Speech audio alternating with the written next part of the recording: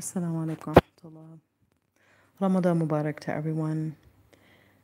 I arrived safely and soundly in Kuala Lumpur and was met by my friend Nagwan at the airport, who I had not seen since I was in Yemen. And it was just really beautiful to see her, and she's with me now at an Airbnb that we found for 2 nights, last night being the first and tonight being the second. And even before, when I was in Chiang Mai, something was coming to my mind about these phones, these gadgets.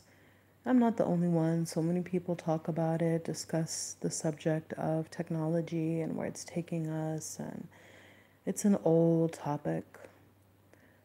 But for some time, actually, I felt, even when I envision my future husband, partner, companion, I imagined us having a good year or two without technology. And it's so strange because as I'm coming closer and using it more to, make videos and talk to people, I realize that there's this part of me that doesn't want it. There's this part of me that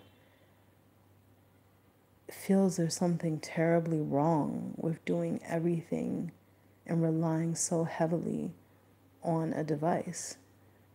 I mean, a little while ago when I made my salah, I used the Qibla finder. I used the Qibla finder on the phone. I'm moving the phone in a figure 8 3 times so that I could get properly calibrated so that I can know where to face to make my prayer.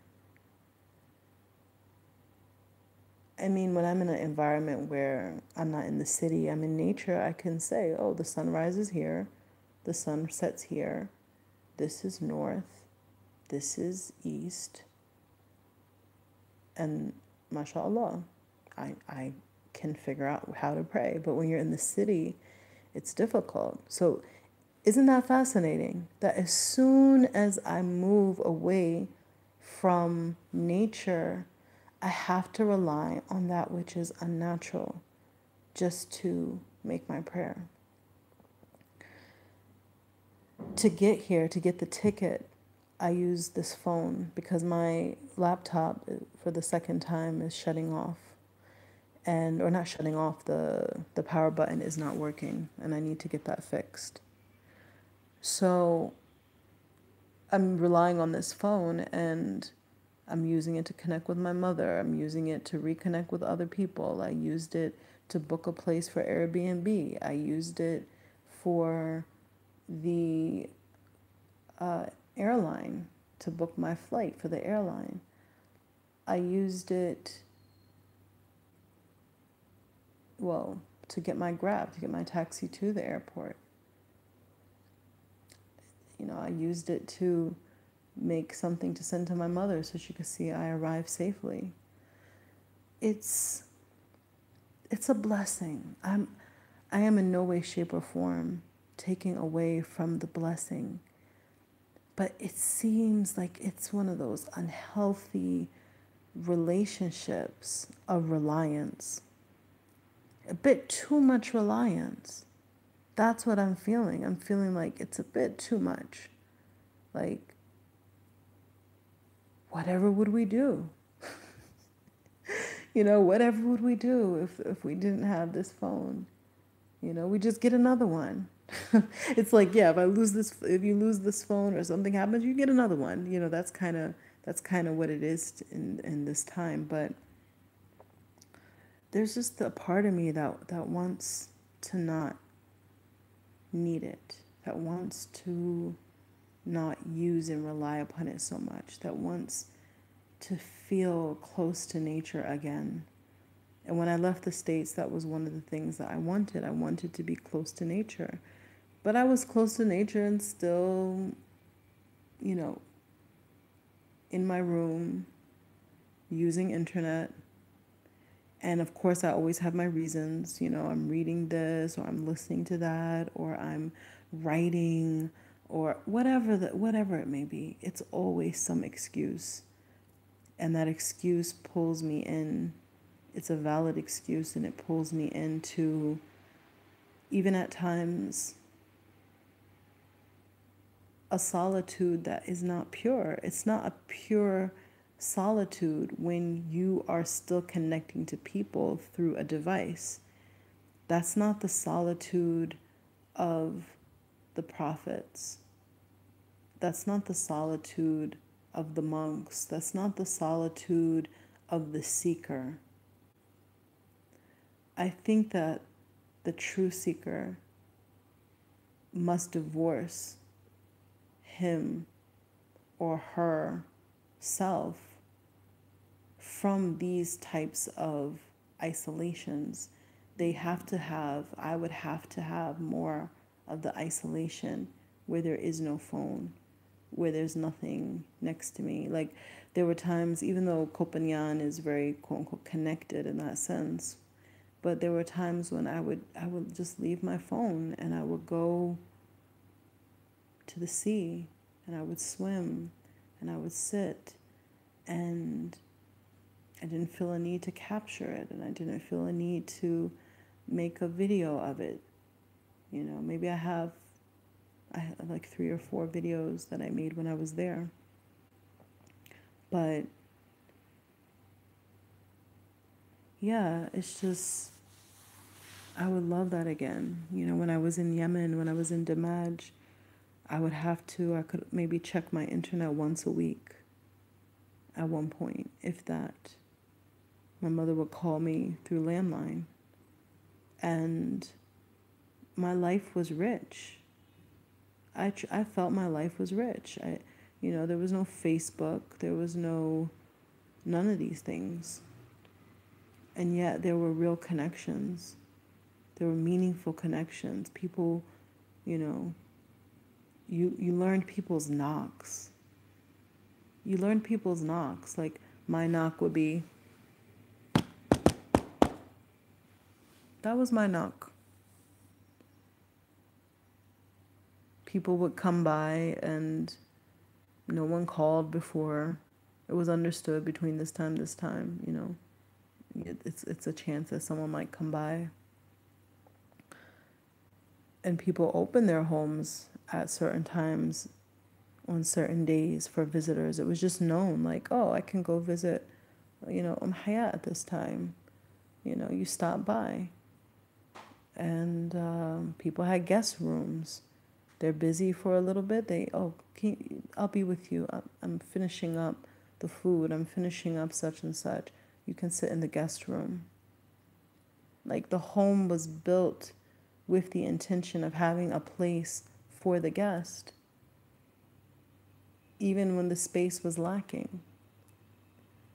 And people sharing with one another, sharing food with one another, even if you have some extra tomatoes or some extra something growing, or you bought something, you have extra, you go to the neighbor, you give them a plate, or you would have times where you cook food and you make extra, you give it to your neighbor, and they would never want to give you the dish back empty.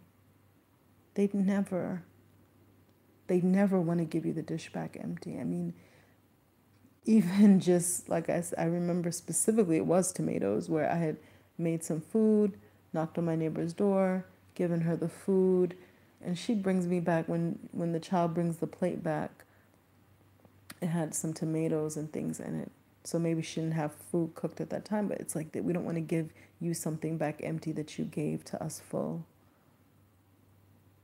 Just such community, every day going out and walking on this path to seek knowledge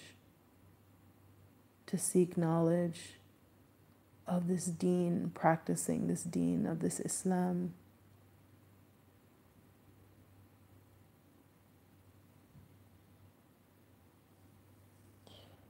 And I believe in demons. I know from my faith that they exist, And whenever you're embarking on doing something, some of us are affected more than others. That's just the reality. Some of us are pulled back and held back and have more distractions. And then there's some of us that have that laser focus and very few openings by which they can be distracted.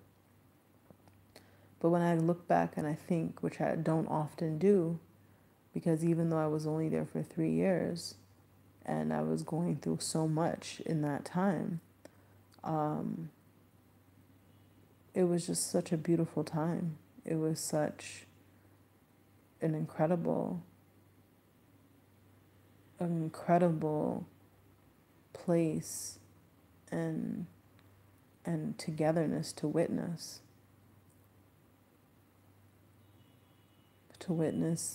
how you can have a scholar, Sheikh Muqbil,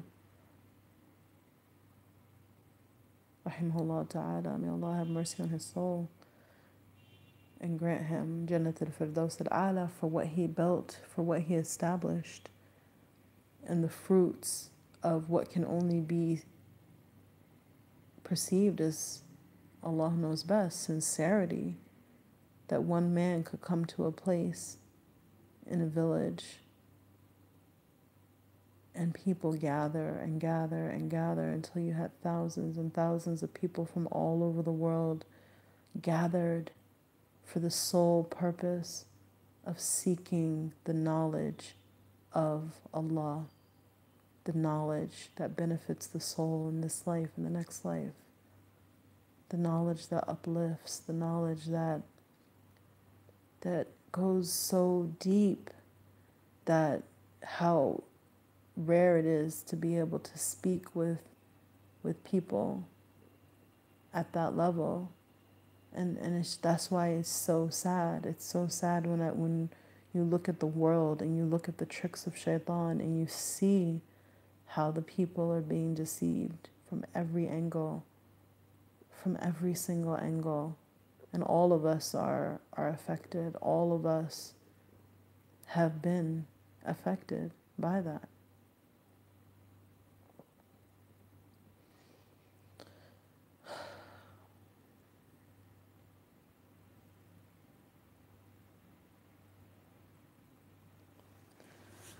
And so sometimes, we have our plan for ourselves. We have what we think we want. And then we ask for guidance. And we ask Allah to guide us and to show us. And something opens up in the heart. Something opens up in the heart. And you realize that time is of the essence. Time is of the essence. None of us knows how long we have in this life. And so there is that reality, and then there is also the sweetness of faith. There is the sweetness of belief. There is the sweetness of conviction. There are fruits that one can taste from that conviction.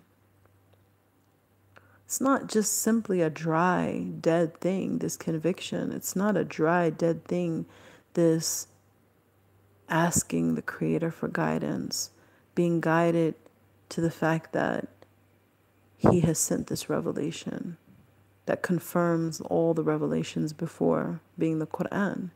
It's not a dry, dead thing. The even within what some people look at as law is life. Sharia, which anything that you learn from mainstream media needs to be questioned completely. And Sharia is one of the most beautiful concepts. And so anything you've seen from so-called, what you think is Sharia in the mainstream is not Sharia. It's so far from it. And you can take anything out of context. You can take anything you want out of context. You could take the most beautiful, beautiful passage or chapter and take one part and twist it.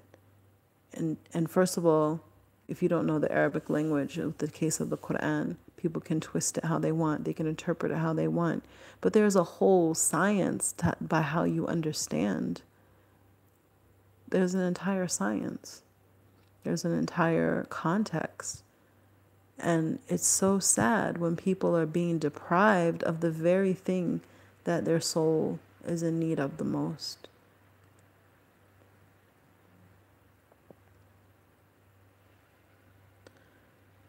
Even though at this stage, I have a lot of rebuilding to do, my Iman is not as high, and we know that Iman is action. So if we want to increase in Iman and faith, we have to increase in the actions of faith. You can't just say, oh, I don't have faith. My Iman is not high. Well, you got to do something. You got to pick up the Quran. You got to pick up your hands and talk to Allah. You have to do good works as much as you're capable. You have to be helpful to others. You have to be generous. You have to ask for forgiveness for the things that you've done that have transgressed and harmed your own soul. So even with that, I realize how much I've been blessed.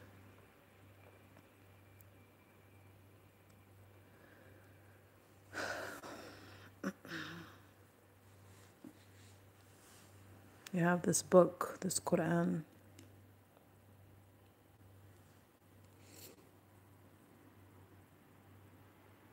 It contains beautiful speech. It contains words that were spoken by the one that created the universe and all that exists. And that is why the people, when they hear it, they feel it. They feel it more than, well, those who are open, I should say. Those who are open, they feel that it's different than if you're singing a song. It's nourishing on a level that you're not going to get from a rap song or a classical music or any of it. And sometimes I just want to get back to basics. I'm tired of, having so many accumulations.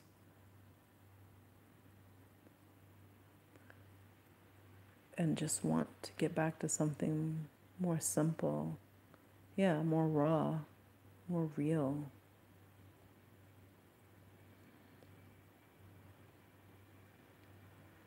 There's a reason why some of the best people are zahid, or we could even use the word minimalist or ascetics.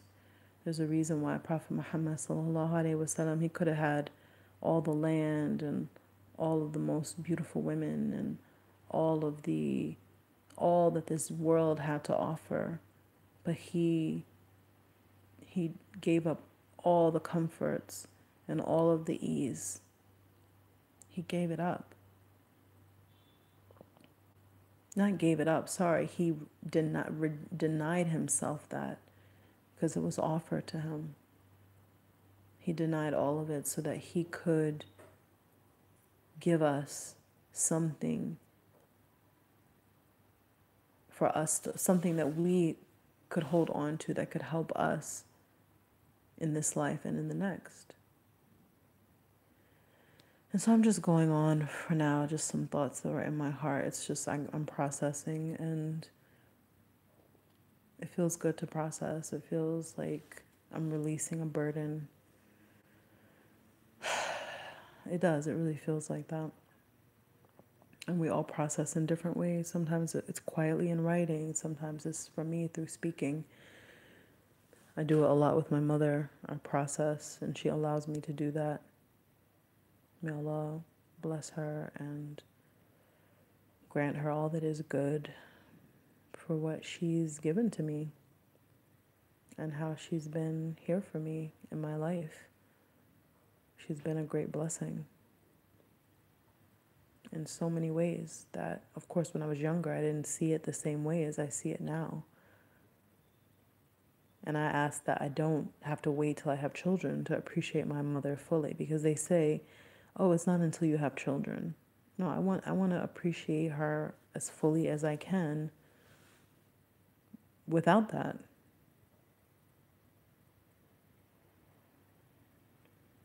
And none of our parents are perfect. All of us know the shortcomings of our parents and the difficulties, and all of us feel like on some level that we're not 100% understood by them. But maybe that's part of this life, that if everyone saw us exactly as we wanted to be seen and understood us exactly as we wanted to be understood, where would there be the need to grow? Where would there be the need to push ourselves to something higher if there was always that complete comfort?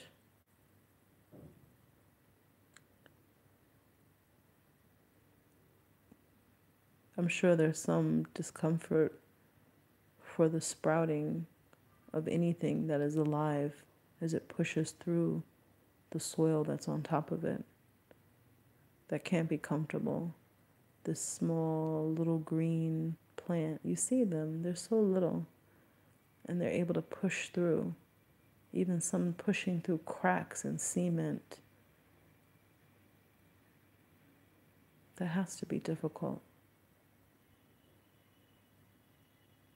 But they give us a reminder. I'm gonna go now. It's soon time to break fast. I need to figure out if Najwan and I will order something, or we'll go out and then go to the masjid. Honestly, the traveling yesterday, I don't know, I'm just a bit wary. I don't, it probably means that I need to utilize the gym that's here and the pool and get more movement, because movement gives you energy. That by itself does give you energy. It generates a certain type of energy. So that's probably what I need to do.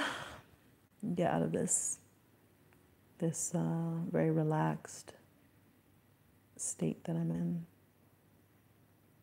to make things happen. Khair inshallah. Assalamu alaikum.